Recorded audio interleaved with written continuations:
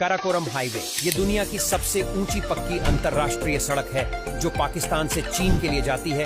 ज्यादातर ये रास्ता इन देशों में आने जाने वाले सामान के लिए ही चलता है। इसी वजह से इस पर ज्यादातर ट्रक वगैरह ही आपको चलते हुए दिखाई देंगे। यह रास्ता पाकिस्तान के पंजाब प्रांत के हसन अब्दल से गिलगित बाल्टिस्तान खुंजेरब दर्रे तक फैली हुई है। चीन में यह राष्ट्रीय मार्ग 314 बन जाता है। हम आपको बता दें, इस राष्ट्रीय काराकोरम हाईवे को दुनिया का 8वां अजूबा कहा जाता है। इस सड़क की लंबाई 1300 किलोमीटर है। वही यह सड़क 4700 मीटर ऊंची है और इसकी ऊंचाई ही इस सड़क को और भी खतरनाक बना देती है। और आप इस खतरनाक सड़क पर सफर करना चाहेंगे? कमेंट में जरूर बताना।